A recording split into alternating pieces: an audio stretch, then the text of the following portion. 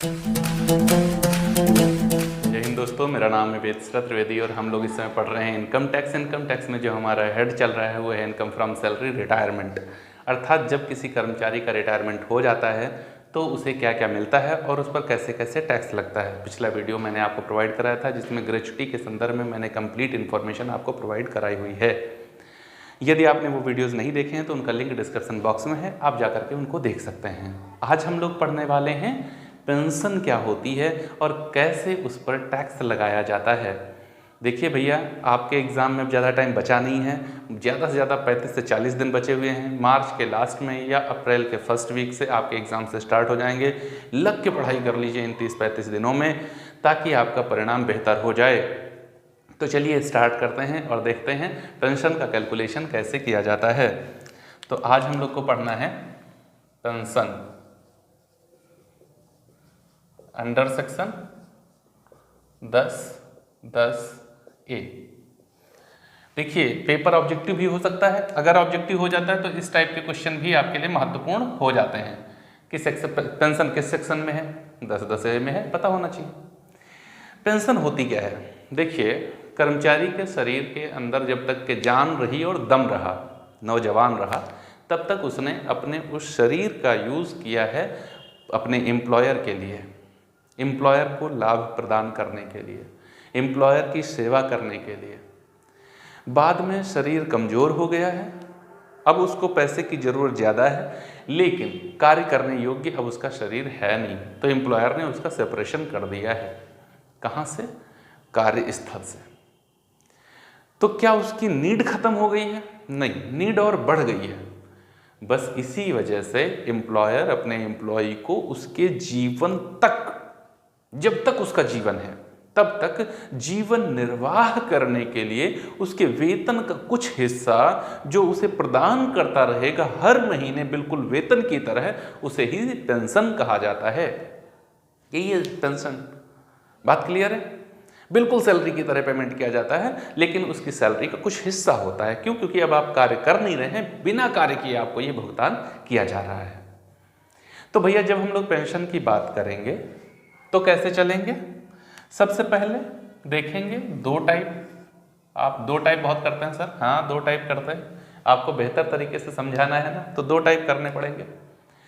देखेंगे पेंशन मिल रही है या फिर कम्यूटेड पेंशन मिल रही है। कम्यूटेड पेंशन क्या होती है सर? अरे, अपनी पेंशन को उसने कैलकुलेट करके कुछ बेच दिया, पेंशन का कुछ हिस्सा बेच दिया, उसको कहते हैं कम्यूटेड पेंशन। ठीक है ना? चलिए पेंशन देखते हैं। अगर पेंशन मिल रही है तो taxable for all types of employ. क्या बात है, गजब की बात है। या ऐसे कह लें fully taxable for all types of employ. किसी भी तरीके के आप एम्प्लॉय हो, गवर्नमेंट एम्प्लॉय हो, नॉन गवर्नमेंट एम्प्लॉय हो, किसी भी तरीके के आप एम्प्लॉय हो, आपके लिए आपको मिलने वाला पेंशन पूर्ण रूप से कर योग्य होगा, कोई छूट नहीं है। जितनी पेंशन मिलती है, एग्जम्प्ट लिमिट के अंदर रह जाते हो कोई बात नहीं, एग्जम्प्ट लिमिट के ऊपर निकल जाते हो आपके ऊपर टैक्स लगने लगेगा। तो एक जो पेंशन मिल रही है वो सभी कर्मचारियों के लिए फुल्ली टैक्सेबल होती है। अच्छा, कम्यूटेड पेंशन बताइए सर। कम्यूटेड पेंशन की जब बात करेंगे तो फिर से देखेंगे यहां पर क्या ये गवर्नमेंट एम्प्लॉय है और या फिर नॉन गवर्नमेंट एम्प्लॉय है। अगर गवर्नमेंट एम्प्लॉय है तो इसके लिए फुल्ली एग्जम्प्ट, इसको इस पर टैक्स नहीं देना होता। अगर इसने कमिट करा ली तो कोई बात नहीं, करा लिए हो करा लो, कोई फर्क नहीं पड़ता है, एग्जम्प्ट होती है। ओके। अच्छा, नॉन गवर्नमेंट एम्प्लॉय फंस गया बेचारा, एक बेचारा फिर गया मारा। एक तो पहले ही इनके ऊपर बड़ी मार पड़ी होती है बॉस की, और उसके बाद में गवर्नमेंट भी इनको रियायत नहीं दे रही है। चलो, non government employ non government employ के लिए क्या करेंगे, हम लोग देखेंगे if he is in received gratuity, और दूसरी तरफ if he is not received in gratuity, if he is not received in gratuity.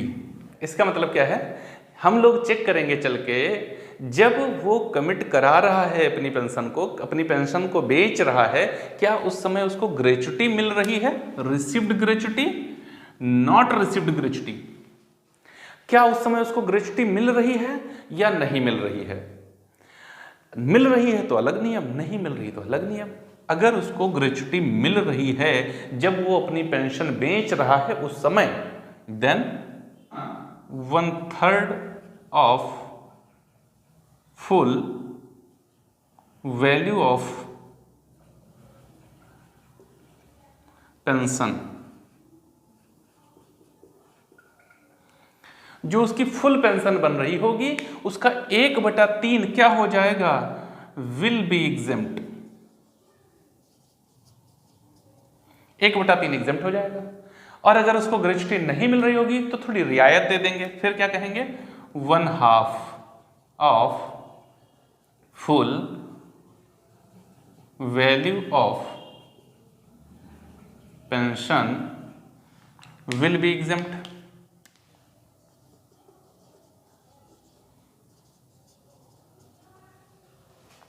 बात क्लियर, इस तरीके से कैलकुलेशन कर लिया जाएगा। समझ में आ रही है बात आपको। ये पूरा कैलकुलेशन है आपका पेंशन के संदर्भ में।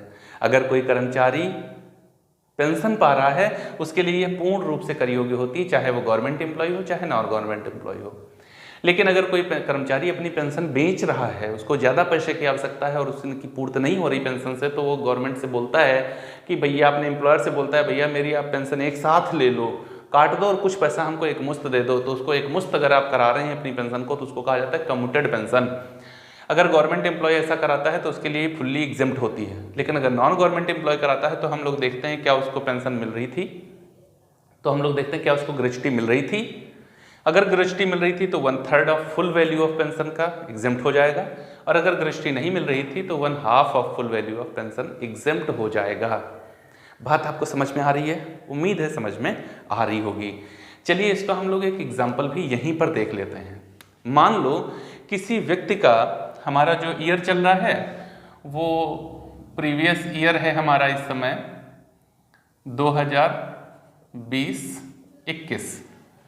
ओके, किसी कर्मचारी का 50,000 रुपये मासिक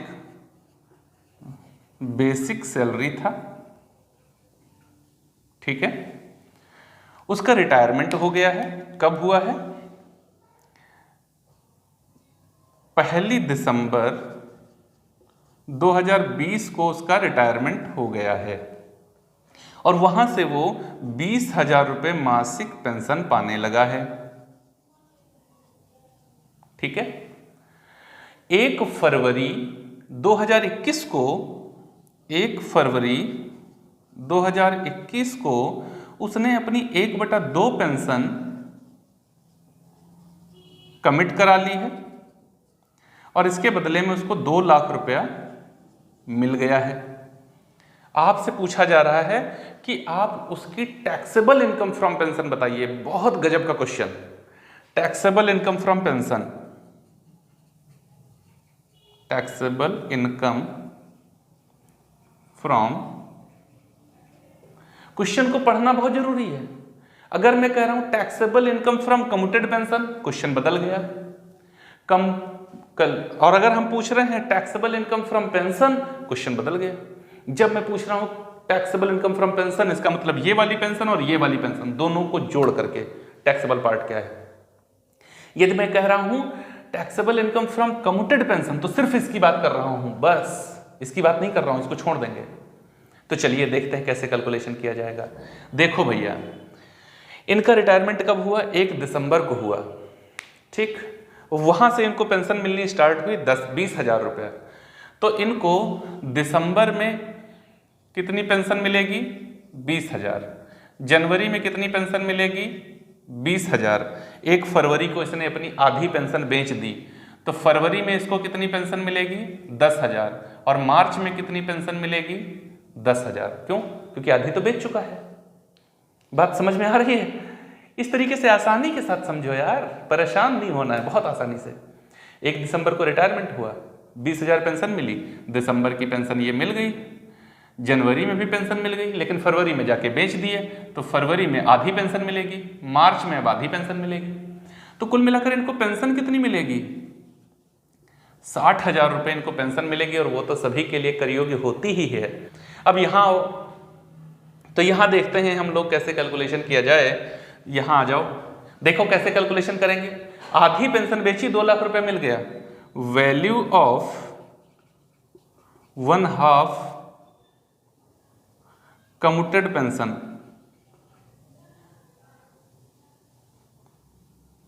1/2 कम्यूटेड पेंशन बराबर 2 lakh. So value of full pension will be, क्या बनेगी? अरे आधी बेच रहे हैं तब इनको कितना मिल रहा है? 2 लाख रुपए मिल रहा है। अगर ये पूरी बेच देते तो ये संख्याएं जितना 1/2 बेचे थे तो 2 लाख मिला था, तो 2/1 कर दो, कितना मिल जाता? अगर ये पूरी बेच देते तो इनको 4 लाख रुपया मिल जाता। कितना मिल जाता? 4 लाख रुपए मिल जाता। अब देखो क्या हो रहा है, ग्रेच्युटी मिल रही कि नहीं मिल रही? रिटायरमेंट के टाइम हमको नहीं कहा गया कि ग्रेच्युटी मिल रही, तो ये मानेंगे कि ग्रेच्युटी नहीं मिल रही है। ग्रेच्युटी मिल रही है ये तभी होगा जब क्वेश्चन पूरा कंप्लीट होगा और उसमें हम देखेंगे कि ग्रेच्युटी मिल रही है या नहीं मिल रही। मेरे को नहीं कहा गया तो मानेंगे ग्रेच्युटी नहीं मिल रही। अगर ग्रेच्युटी नहीं मिल रही तो यहां पर क्या कहा मैंने? 1/2 of full value of pension will be exempt. Full value इनकी कितनी बनी थी? 4 लाख रुपया बनी थी। कितनी बनी थी? 4 लाख रुपया। इसका 1/2 कितना होगा? 2 लाख रुपया। कितना होगा? 2 लाख रुपया एग्जेम्प्ट हो जाएगा। बात क्लियर? इनको मिला कितना था?